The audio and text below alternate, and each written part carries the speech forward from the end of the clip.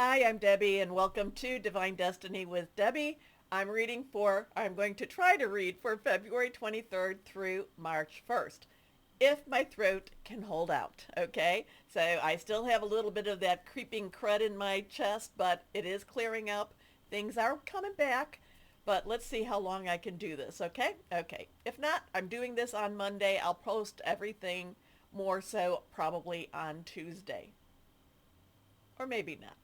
Anyway, remember, I'm an intuitive channeler. I open myself to God, to Jesus, and I ask whatever people need to hear, let that come through. I am a Reiki master, Reiki practitioner master, and I have infused all the decks with Reiki energy. But remember, these are general readings, may or may not resonate. So take what you like, leave the rest. Okay. Okay. So February 23rd to March 1st. I know I missed last week. We are now almost over February, and we are now in Pisces season. This is the last month or the last season of the astrological year. There is a big shift coming. In March, we're going to see more things transition into into Aries, especially Neptune. At the March 30th, I think Neptune goes into Aries. Why am I talking about Aquarius so much? Anyway, there's a lot of shifts happening, a lot of changes, and then soon after that, Saturn will be switching over into Aries, and then we have what is it in June or July? We're going to have Uranus go into Gemini. A lot of the longer staying planets are shifting in the next couple of months. So we are having a big shift in the heavens. Okay, anyway, let's go on. I'm going to tell you about the cards I'm going to use. Pretty much what I was going to use last time. So I am using, excuse me, Bradley Valentine Angel Tarot cards, John Holland Psychic Tarot and Oracle cards. I will use my Emily Anderson crystal deck. I'm going to use the Bradley Valentine Sword of Light deck because I like that card. Those are going to be for the main readings. Now, for this overview, I'm going to try to get this a little more into focus. I'm going to use my Angel Wisdom Tarot and my Fairy Tarot cards. Okay, so let's go on and see what do we have going on. Like I said, we are in Pisces season now. And what do we have going on in Pisces season? So we're going to go to that website that I like. I guess I don't have that up. Let's turn that on. There we go. Okay. There we go. Flip, flip, flip. I'm sorry. I hate having to clear my throat for you. This is the-astrologer.net. This is for Pisces season. We basically have the 24th where Mars is going direct, 17 degrees star energy in Cancer.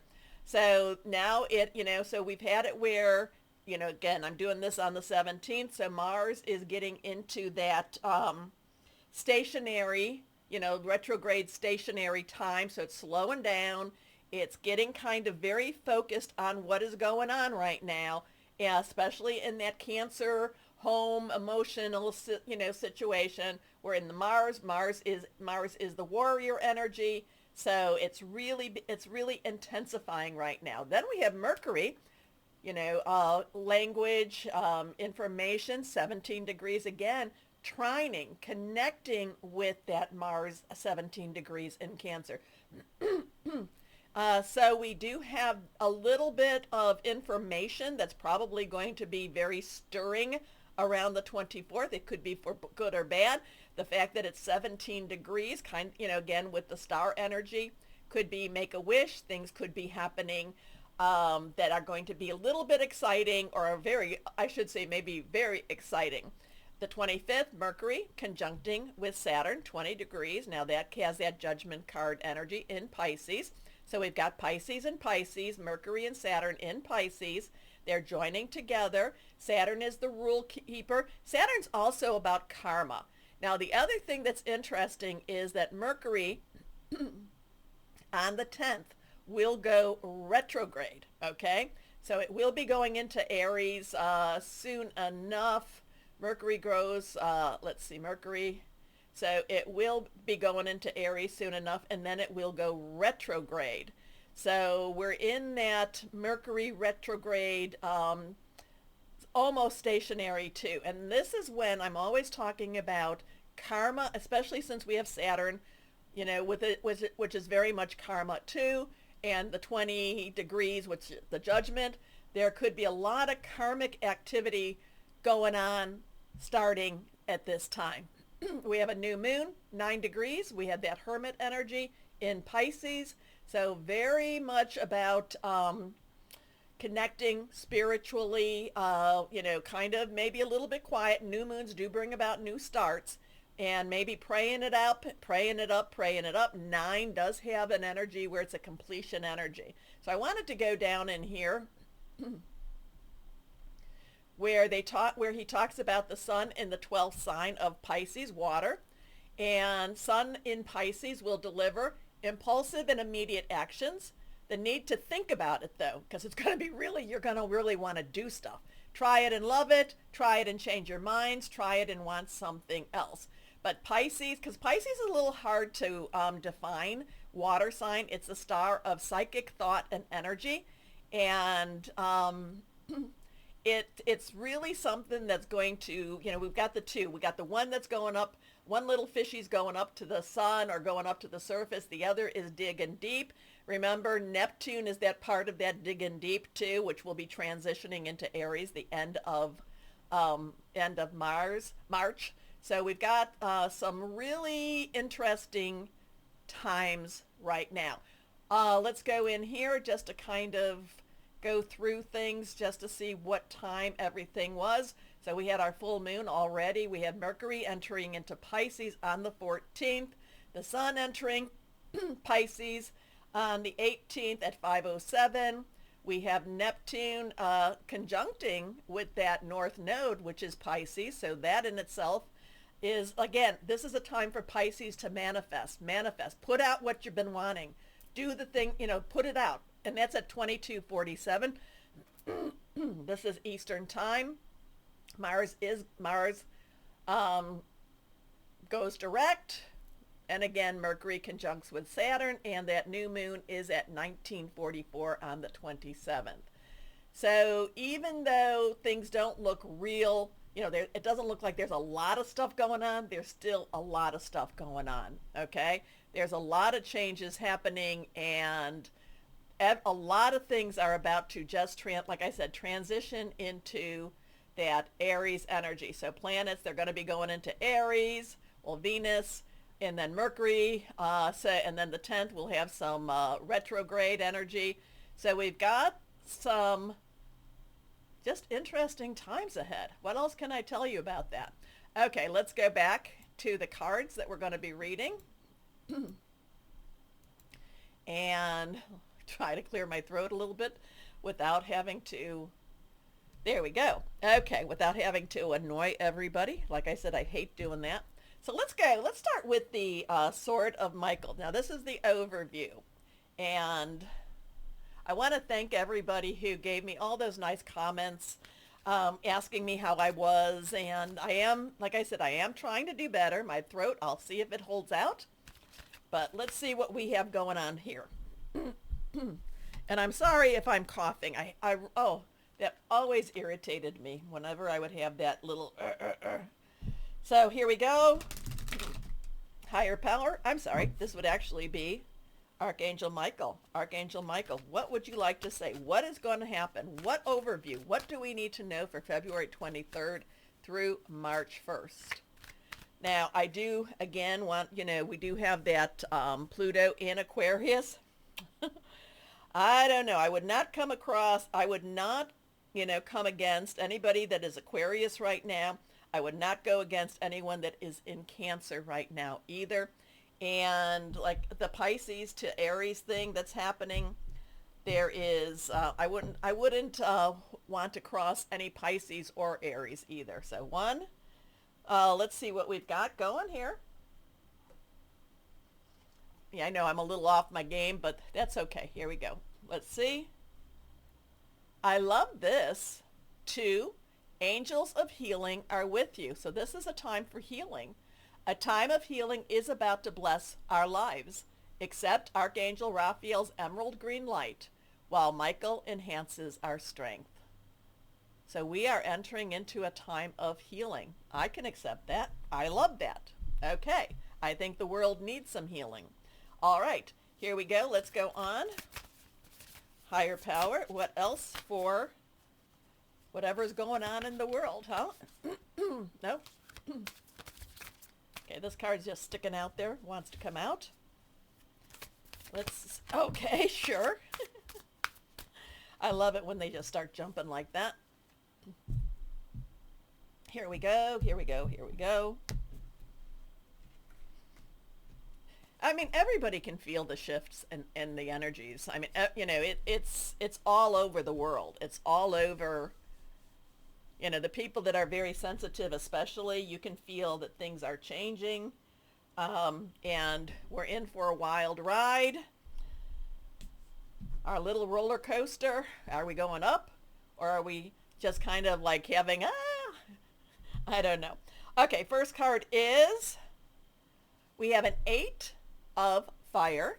Now, fire is Aries, Leo, and Sagittarius, passionate, burning, very determined. 8 is unlimited opportunities and possibilities. Too much is going on. Sometimes it is so overwhelming that we don't know if we're coming or going.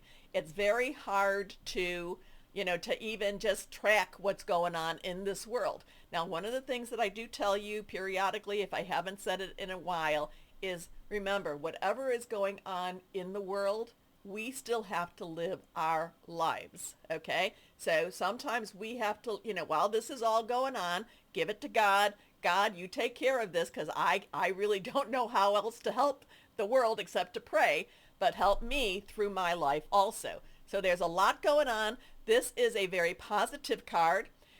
We have it with Metatron with the number 7. 7 is the divine umbrella. This is also connected to the Chariot. So the Chariot means is a very much a let God, let go, and let God, Jesus take the wheel. Things are happening, but this does mean that even though there's a lot of positive energies, even positive change can be stressful. Too much going on, stress caused by many positive opportunities, unexpected events, or rapid changes. The ability to multitask, business, travel. So things are rushing around. Things are happening. We don't know if we're coming or going. We have to live our lives. We have to live our, you know, day by day by day. We have to live in the present. Now remember, you know, if you live too much in the future, it feeds your anxiety. Too much in the past feeds depression. So it's why we want to live day by day in the present. Next card is, we have the Queen of Earth, and I love her. I love the Queen of Earth. She says, you know, this is where the Queen of Earth says, we're going to take care of business. We got to take care of business. We got to take care of ourselves, so that we can take care of others, okay? So Queen's underlying energy, because court cards have 2 energies, is our water energy. We're in Pisces. We have Cancer, Mars in Cancer. So we've got a very big fighting spirit going on. Pisces is extremely strong, especially for manifesting. We have the earth energy. That is our Taurus, our Capricorn, and our Virgo.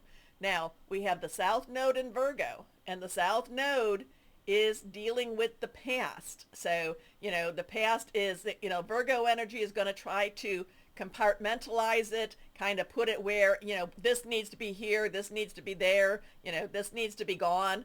But the thing is, if you're not necessarily paying attention to what really needs to be dealt with, it's going to come and bite you in the butt. Don't know who needed to hear that one. But Earth is about your money, your job, and your career. The Queen of Earth reminds me of the old, of the airplane, you know, with the flight attendant saying, in the event of an emergency, the oxygen masks come down, please put them on yourself before helping or assisting anyone else, okay? So the Queen of Earth is very generous, practical, gracious, materialistic. The ability to make anything more beautiful, a love of family and home, be practical about how you proceed, a love of art and beauty, a sensible approach. So these are the two that fell out of the cards. Now this is the one we picked. The 10 of air. I like the 10 of air. Air energy is our Aquarius, our Gemini, and our Libra. Now, like I said, Pluto is in Aquarius. Like I said, I would not come against anybody, any Aquarians right now. I mean, this is, whereas Pluto was very harsh to everybody, especially Capricorns when it was in Capricorns, Pluto is just energizing the social reformer, okay? This is the time of social reform. This is the time of revolutionary type of energies going on too. So 10 is a 1-0, 1 new beginning, 0 is God source energy. 10 means things are moving forward. Air again. Now we also have, like I said, we have Uranus. It is getting ready. It is getting closer to that Gemini energy. Okay, so but that's going to be what, June or July? I can't remember. It's getting closer to that.